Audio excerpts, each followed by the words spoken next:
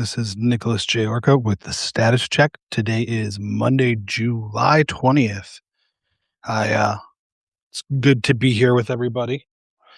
It's good to talk to everybody. I know there were a lot of concerns about me last week. It's been a hell of a week, and as much as I would love to be able to talk to everybody about everything with it, there's things in the works right now that make it so I can't talk about it yet. There will be follow up. I promise everybody. It's always follow up. Um, but it has been a hell of a week, right? Um, I I'd come on here and originally I, I'd had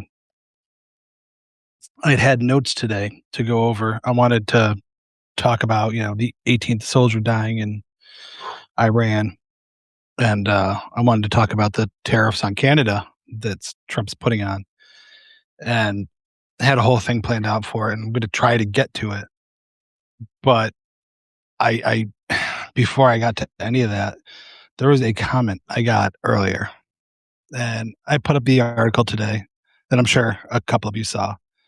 And it's weird to say it this way. So I put this article up, and usually, if I'm going to put up something that I know is going to be divisive, um, I'm prepared for it mentally. I genuinely could tell, like, oh, this is going to rile people up, or this is going to piss somebody off, and I'm kind of prepared for it. I was not prepared for the backlash that I got from this article.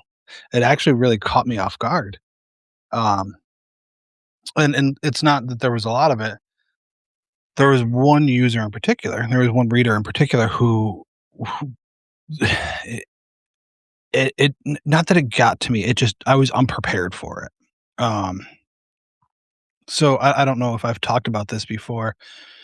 When you do what I do and you put yourself in the public like this, you get attacked. I've had horrible things said about me, about my kids, about my wife.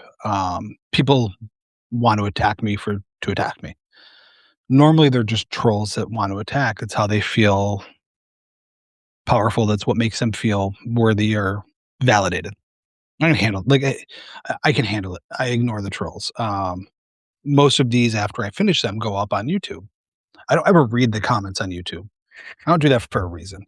Um, it's because it is just a massive amount of sludge and just toxic waste that comes from there. It's the same with the TikTok comments too. Just sludge, toxic waste, people being hateful to be hateful. And I we all expect that. And even on here, I've had occasions where there have been people who have said just some absolutely grotesque and terrible things. As a general rule, though, especially on Substack, and this is one of the things about Substack that I love, the community is a community. People here aren't here to try to bolster their egos or make themselves feel better. They're not here to try to, you know, they're here because there's ideas. People want to spread ideas. People want to be part of a community. Even the people that we disagree with on here, we can typically talk to. It's there tends to be a level of open dialogue and open communication that it's amazing. I love it. I genuinely love it. Um, I don't hide from people who I have differing opinions from. I don't run away from them. I love that conflict of ideas and that conflict of concepts. Every now and then, though, one will get through. And when I say through, I mean like through the armor, right? We can all only be Teflon to a certain point. After a certain point, we lose that Teflon protection. Um, and I wanted to address this because it got to me, right? And I know a lot of people will say, don't give it any, don't let it get in your headspace. Don't give it any credibility. It is what it is. Just ignore it. And I wish I was that person. I genuinely wish I was the person that could just ignore this and let it go. Um, I had put up the article today, and somebody had commented that without reading the article, they had commented about, what about this and about this? And they made the comment about Israel. They made the comment about the October 7th terrorist attacks on Israel. I have never condoned a terrorist attack. I have never condoned attacking anybody. I have been outspoken that I don't believe violent protest, violent radicalization works. The only way to get change to happen is honestly financially. It's the only way you're going to see change happen is if you hurt their pockets. Um, yeah, I mean, the only way to cause change is to actually hurt them in the pocketbook, right? And so somebody had said, well, what about, something about being anti-Israel or something like that. And I said, I, I am all for the Jewish people having a nation. They don't have a nation right now. Legally speaking, Israel is not a country. It is by textbook definition not a country. If you look up what a country is, the rule for a country is it has defined borders. Israel refuses to define its borders. End of conversation. If Israel will not define its own borders, then I don't want to hear anything about, what about their rights, blah, blah, blah. Define your borders. Say where your borders are. We can have a discussion after that if we agree with them or not. But without having defined borders, you're not a country. Just you can't drive a car without a driver's license, right? So until you have a driver's license, we're not going to talk about what kind of car you're going to drive. It's the same argument I have with Israel. But it really got to me because this guy who wants me to study the Zionist history and the Zionist movement, which unfortunately I've studied way, way more than I wish I ever had, also accused me of having Trump derangement syndrome. So this is a PSA for everybody here. The moment somebody accuses you of Trump derangement syndrome, just clock out because it's not a real thing. There's no such thing as Trump derangement syndrome. It was coined by a pedophile. And I say that in fact, the guy who coined the phrase Trump derangement syndrome was accused of pedophilia and tried and convicted. So the moment somebody wants to call you, say, oh, TDS, no, it's not a real thing. You can accuse me of a lot of things. I ADHD, autism, what is it? ODD, obstructive defiance disorder. Yeah, sure. All day. Trump derangement syndrome, man. Don't make up terms. Don't make up terms. It's kind of like trying to like classify somebody from the DSM-5, which doesn't work anymore, right? It genuinely got to me. So I wanted to take a moment to those of you who come here regularly. Thank you. I just felt that I needed to take a moment and actually explain to people. No, I at no point do I ever encourage any political violence, terrorism violence, anything like that. With that, and this is an important part because this is what my article said. This is the part that clearly this one user didn't want to read. You can't claim terrorist organizations for individuals. That's just not how it works, right? I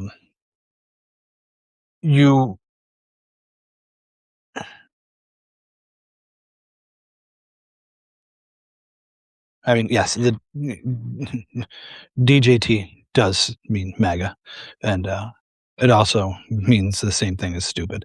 But so an individual cannot be a terrorist organization.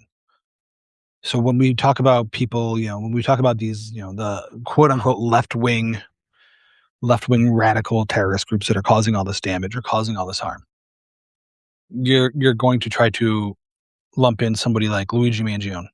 Luigi's very clear that it wasn't a left or right wing. He wasn't trying to get his political views across. He said the healthcare system's fucked. United Healthcare's CEO is a evil man, and he wanted to take him out. I've been very clear in my opinion on that. Um, do with that what you will. That's not me saying I think people need to go and shoot CEOs of companies. It's also not me saying that I'm going to mourn the death of somebody who directly is responsible for 4 times that my mom of death. The CEO of United Healthcare was an evil dude. He I will stand my ground on that one all day. I will go to bat on that one. He was absolutely an evil, evil man.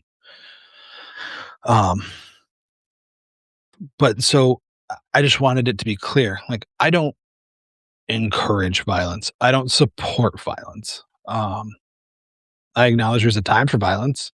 I think we all understand that. You'll never hear me tell you that it's the time for violence, but I don't encourage it. I'm not telling you to do it.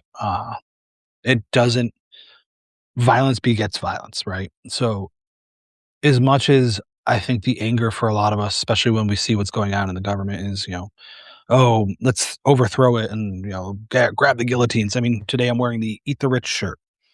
Um, I get the sentiment, I get the anger, I get the frustration we all have.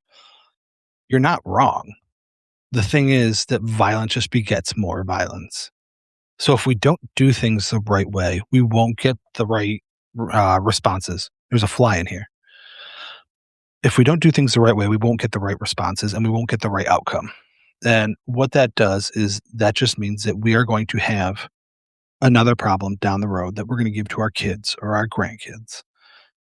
I don't encourage that. I don't want that. I have said since the beginning, my goal with everything I do in my life, be it work, every time I wake up, every single morning I wake up, I look in the mirror and I go, what can I do to make this world better for my children? What can I do to make tomorrow a better day for those that aren't here yet? That's what we should all be aiming for. So in the short term, like, yeah, would something, with a violent outcome probably feel good, feel cathartic, and feel healing? Sure. It's not going to end well. It won't end well for anybody. And it's not going to make a good world for those that are coming. So I just wanted to make sure that was clear. Like that, I wanted to be crystal clear on that one. Um, there are ways to go about things that don't involve violence. That I support. That I absolutely support. But I that was I'm sorry to be on my soapbox for that one. That was just I needed to get that out of the way after the comments that I was receiving from that one individual. So importantly though, and this is where I was originally going to go with all of this. I wanted to talk about so I live in upstate New York. Um it is I live in Syracuse. I don't know how many people know where Syracuse is. I don't know how many people I don't know if anybody, Syracuse University, the orange, Syracuse orange. Um it is I've always described it as Detroit without sports teams. Very low income area. Um we used to be where Carrier air conditioning was from.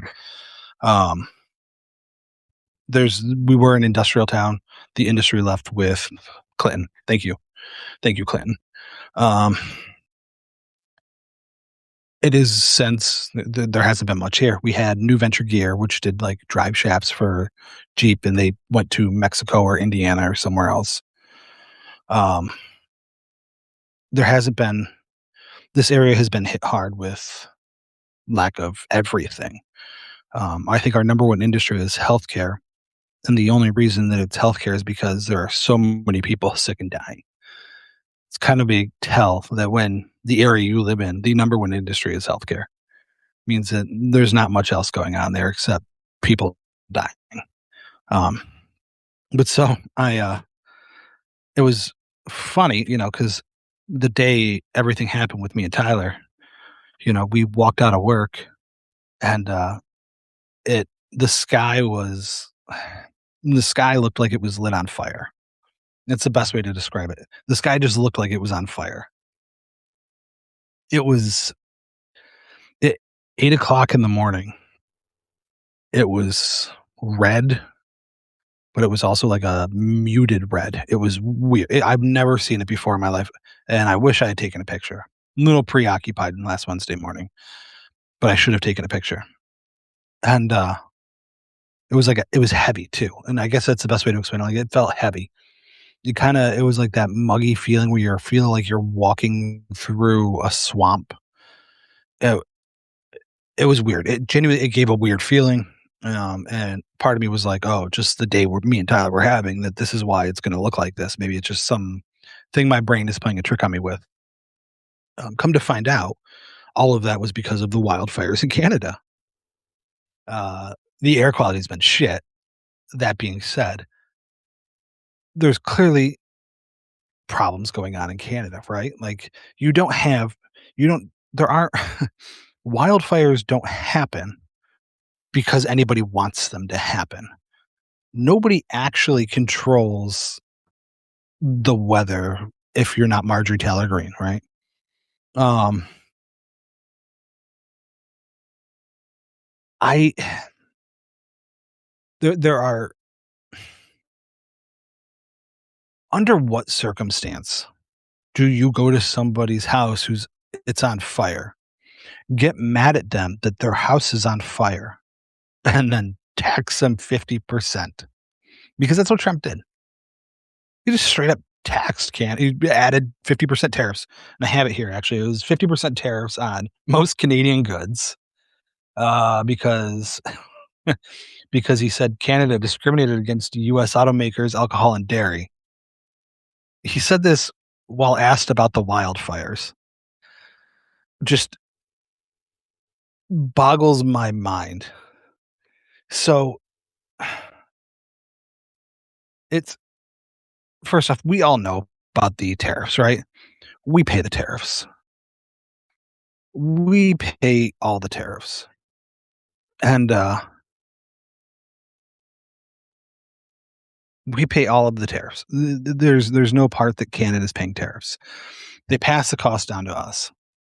Trump doesn't care because he doesn't pay the tariffs. We pay the tariffs. The poor people do it. I just I can't understand this world we're living in. I can't understand in what scenario we tax our own citizens because they need help dealing with the wildfire. I don't know if it was simply that he had been meaning to do this and had forgotten until there was smoke in his front yard.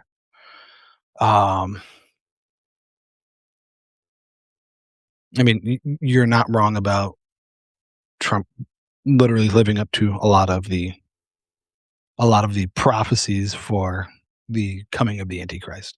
That's a whole tinfoil hat episode that I don't think I can get into right now.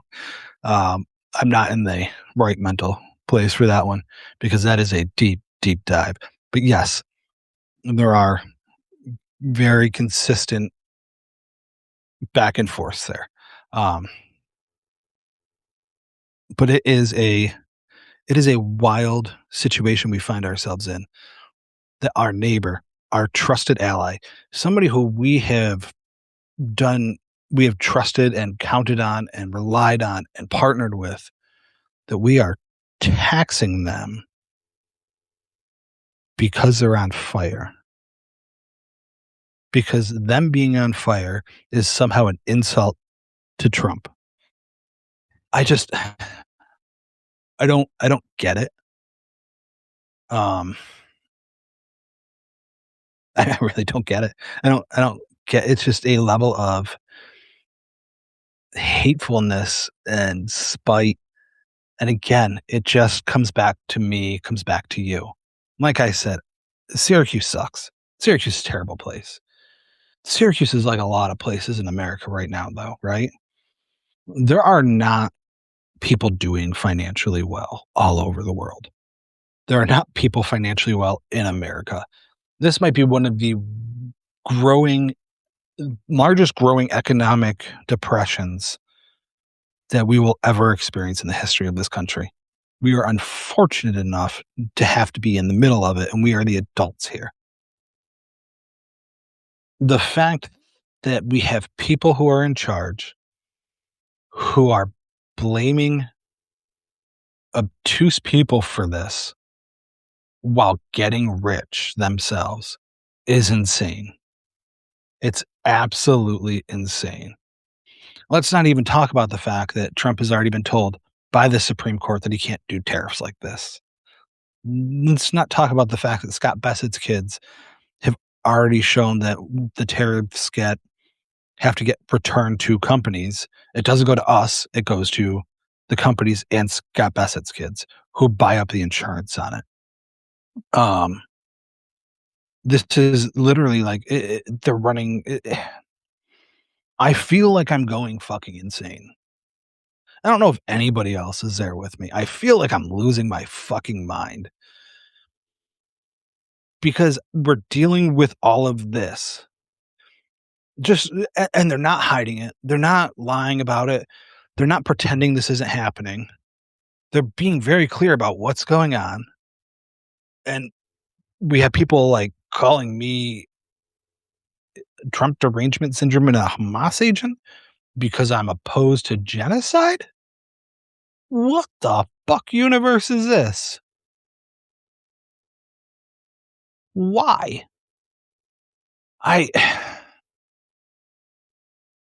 It just boggles my mind, right? And so I just don't pick fights with your friends. That's it's just step one, right? Um, it just boggles my mind. And then of course to make matters worse, and this is the part that this is the part that really upsets me. And this is the part that shows the hypocrisy. The same people that are going to say that I support terrorists because I want justice and because I don't think Antifa is a terrorist organization. I'm sorry, anybody, if Antifa is a terrorist organization, then a significant portion of our grandparents are going to jail. They fought the Nazis. They were proud to do it.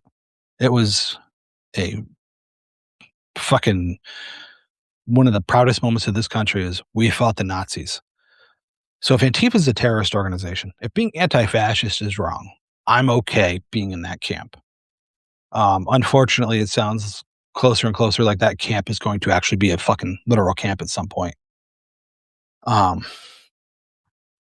But the same people that are going to call me deranged, say that I have Trump derangement syndrome, or I'm a snowflake, are the same people that are out there right now championing Trump, who just killed the 18th American soldier in this conflict with Iran. 18 people. 18 of our soldiers are dead. For what? For what? You know, at no point do I support any military action against another country, really. Unless it's, like if we had gone to help Ukraine and put troops on the ground to help Ukraine, sure. That was Russia absolutely invading another country, a country that we had promised to protect years ago. And we had promised to protect them when they disarmed their nuclear weapons or their, all their nuclear stuff back in, what was it, the early 90s?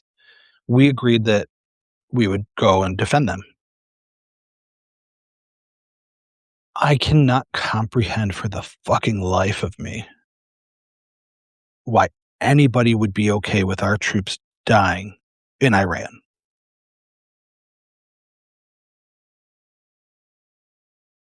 It doesn't make sense. It's not a viable reason, right? Um, Iran's leadership was terrible. They were evil. They were terrible people. That country did terrible things. But if we're going to start taking out countries with bad leadership, when is it our turn? Because the same things they were doing in Iran that we complained about are happening here. They just, instead of putting them on in a hijab, they wear red hats. The same system, exact same system. It's just because they have America in it and it says made in China on the tag, it's okay. I explain that, please. We used to be a country where we could claim moral superiority. And, even back when we used to claim moral superiority, let's be absolutely fucking clear. We had a lot to answer for and a lot of our own problems that we were making. But we at least had a stance of trying to make the world a better place. We at least lied about it, right? Um, if somebody breaks into my house and tells me they're breaking into my house because they saw through the window that, my dog's choking, I'm going to be a little less upset that they broke into my house. If I find out that my dog wasn't choking, I'm going to be pissed, but I'm going to be a little less upset. Now, if somebody breaks into my house because they said their friend told them that my dog was choking, we're going to have a fucking issue. And now if somebody breaks into my house, chokes my dog out, and punches me in the face and says, this is to make my house better, we're really going to have an issue. Because at that point, we've become terrorists. We've become terrorists, and that's the part that with my article today that I think I didn't put it in there because I knew it would be I knew that if I put that in there, that would actually, that would be inviting the hate that I got anyway, but I wasn't expecting. But we have effectively become the terrorists, right? We've become everything that we always warned about other countries. People are being, citizens are being shot in the street. American citizens are being shot in the street. It's not new. It's not a new ICE thing. It's just on a federal level, it had to happen. But let's be clear, this has been happening. People don't like to hear it, but I can tell you from firsthand experience, black people get shot in the street inappropriately all the time. You don't hear about it. You don't. Um, there's a reason for that. It's We at least had the pretense before, right? We've lost it. When you were in school, if you were told by your teachers about a country that tells women what to do with their bodies, that tells people they can't live the way they want, that says if you don't believe in our values, our religious values and our family values, then you're a terrorist. And that tells people that being against fascism is being a terrorist. You would instantly assume they were talking about North Korea. You wouldn't assume they were talking about America. But when you look at it, you realize how far we have fallen. And so it all comes back to the article I did. All of it comes back to that because Marco Rubio wasn't saying that there's left-wing groups in America. At no point did he say, name a left-wing group in America that has caused terrorist operations. They were all groups from Europe. And in fact, 3 of the 4 groups he named are anarchist groups. And I acknowledge that technically on a level, there's anarchy falls on the far, far left. But realistically, it's not. It just doesn't match. It's not part of the political spectrum. Um, and it's like I said, it's like a tomato being fruit. Sure, it's technically a fruit, but if you put tomato in a fruit salad, we're gonna fight. I'm gonna hit you. Um, but he wasn't saying that because he wanted to make sure he wasn't looking for names of organizations that he knew would affect America. He was doing that to make a point. saying, "We stood by and let these Europe stood by and let this happen. America's not going to do that. We're stronger than that. We're more powerful than that." That's what he was saying with that. And he was telling that it wasn't a dog whistle. They're done dog whistling. They're done pretending like what they're saying isn't what they're saying. They're very clear. His entire point was that anybody who dissents, anybody who disagrees, anybody that they call left, and let's be honestly, even they call Marjorie Taylor Greene left now. Tucker Carlson's left now. All of these people who are left and who dissent, they now call terrorists. You watching me right now, you are a terrorist because you are watching this. Per their own standards, that now makes you a terrorist. That, there was a one of the blurbs I put up in a chat. People had been, they were saying, "Oh, he's being exaggerating by saying that this is scary and all this and yada yada." I'm genuinely being truthful when I say this is scary. This is scary, and they are telling you exactly what's going to happen. They are being very clear with what's going to happen. There's no more. They've found out that they no longer need to hide what they're going to do. They no longer need to pretend like their game plan isn't the game plan. They don't need to pacify you. They don't need to have you on board. They don't need to have anybody on board. They don't care about their own base. They especially don't care about the opposite base. They've been very clear what their plan is from the get-go. You're either going to comply with them or you're going to be a terrorist. And so at the end of the day, I don't support terrorist organizations, but I can sure as shit promise you that when they start calling Renee Good and Alex Preddy terrorists, I will 100% support terrorism. With that, I want to thank all of you for joining me today. I hope you all have a great day, and I will see you again soon. As always, stay loud, stay informed, and stay dangerous.